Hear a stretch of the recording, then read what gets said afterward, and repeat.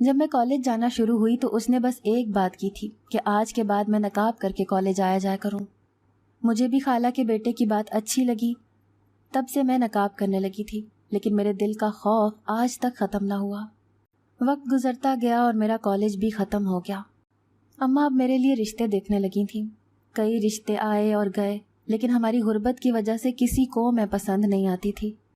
میری اماں نے پریشانی میری خالہ کو بتائی، خالہ نے تسلی دی اور گھر چلی گئی۔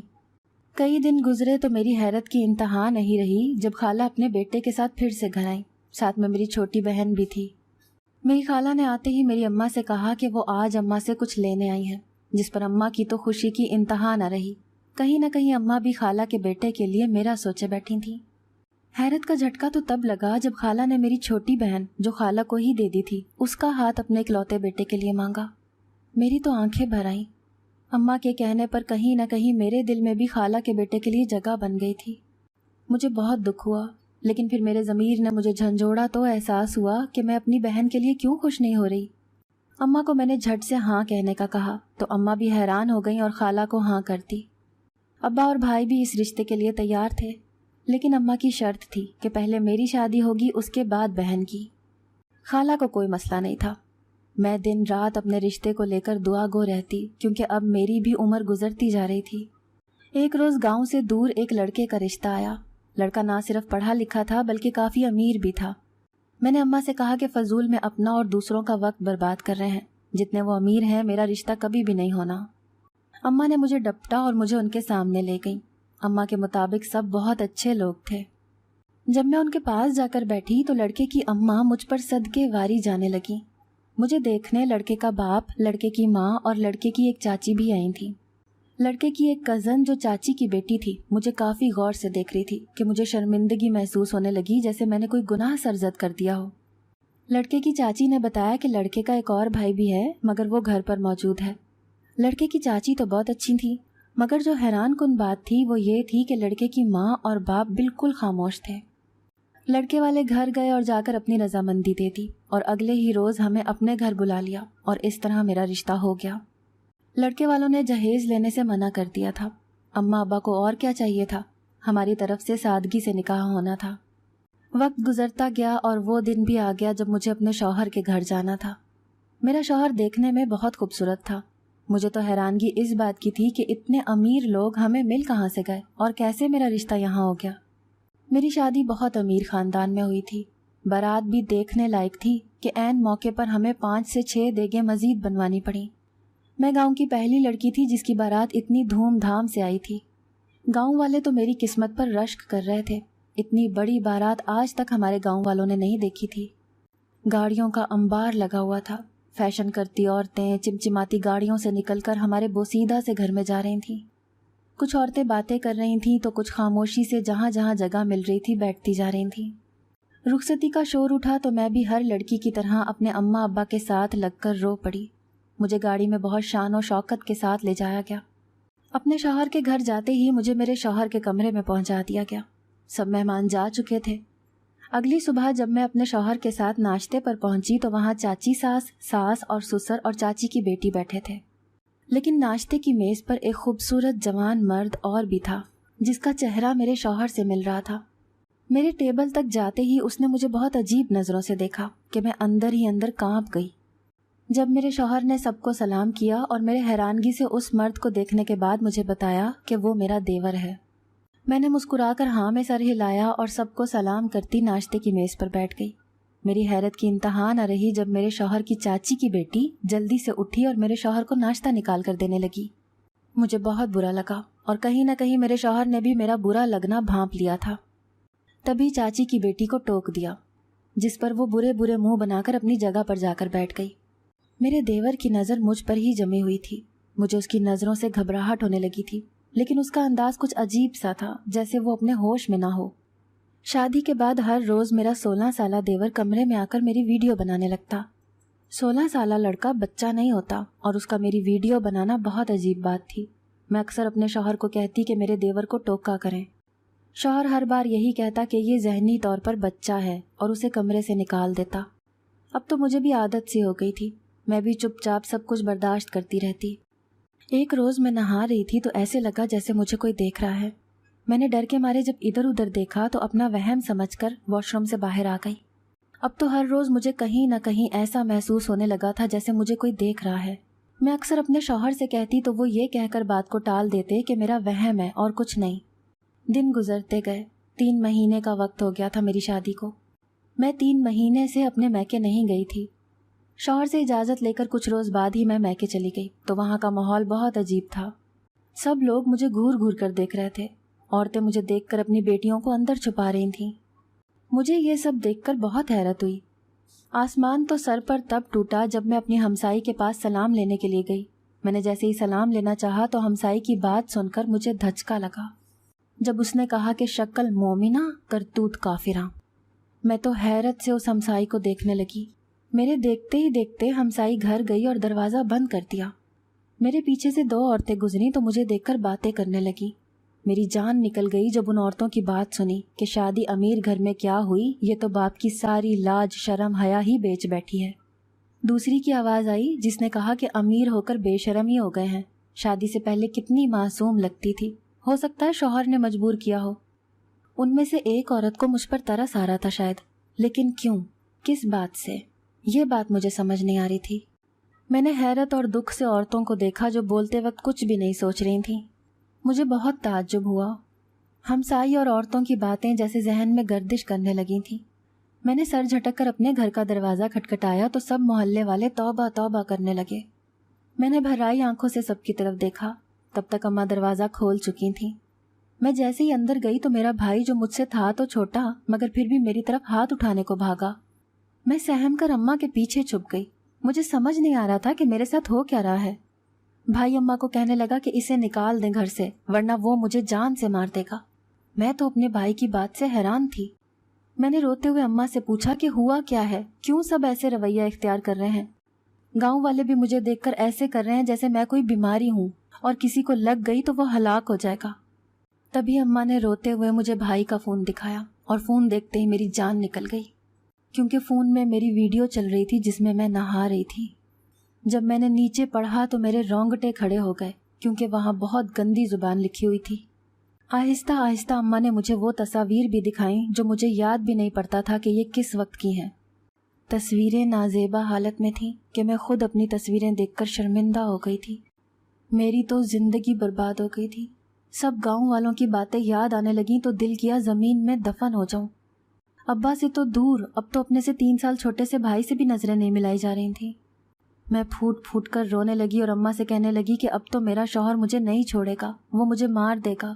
میں بے قصور ہوں، میں نے کوئی گناہ نہیں کیا، میرا شوہر مجھے طلاق دے دے گا۔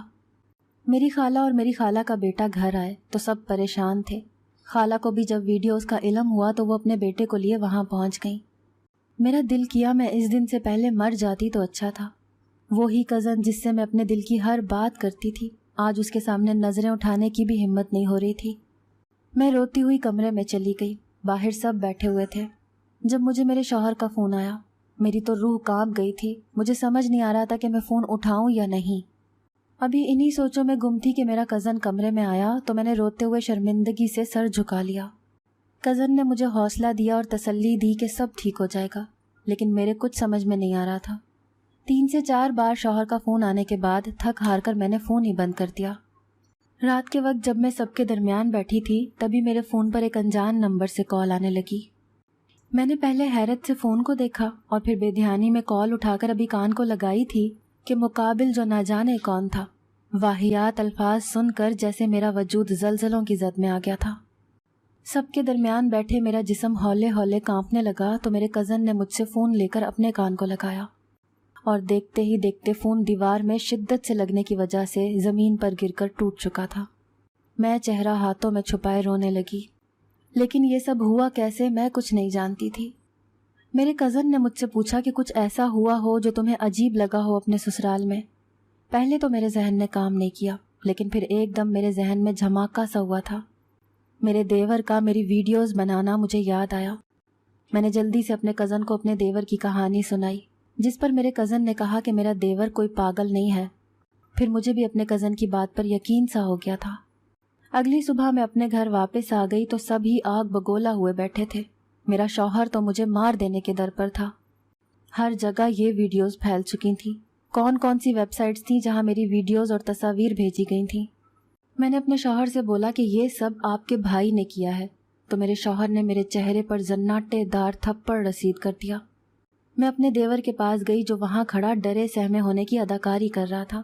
میں نے اپنے دیور کا گریبان پکڑا اور اس کو جھنجھوڑنے لگی۔ میری ساس نے مجھے اپنے دیور سے دور کیا۔ میرے شوہر نے مجھے کہہ دیا کہ وہ میرے ساتھ نہیں رہ سکتا۔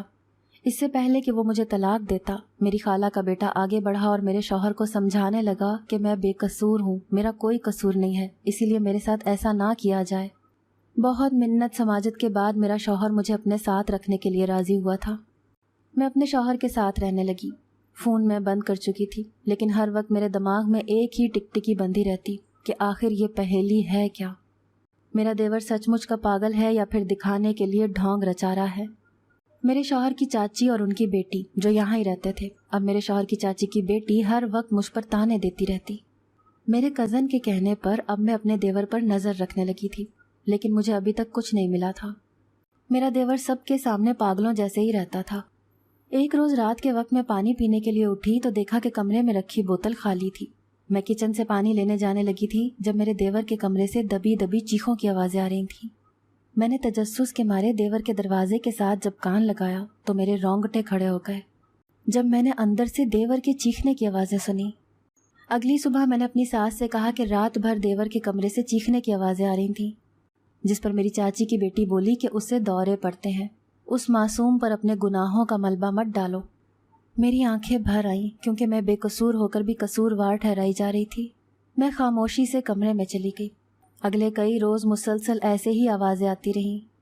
ایک روز میں نے دیور کے کمرے میں ویڈیو آن کر کے فون ایسی جگہ چھپایا جہاں سے کسی کی نظر فون پر نہیں پڑے۔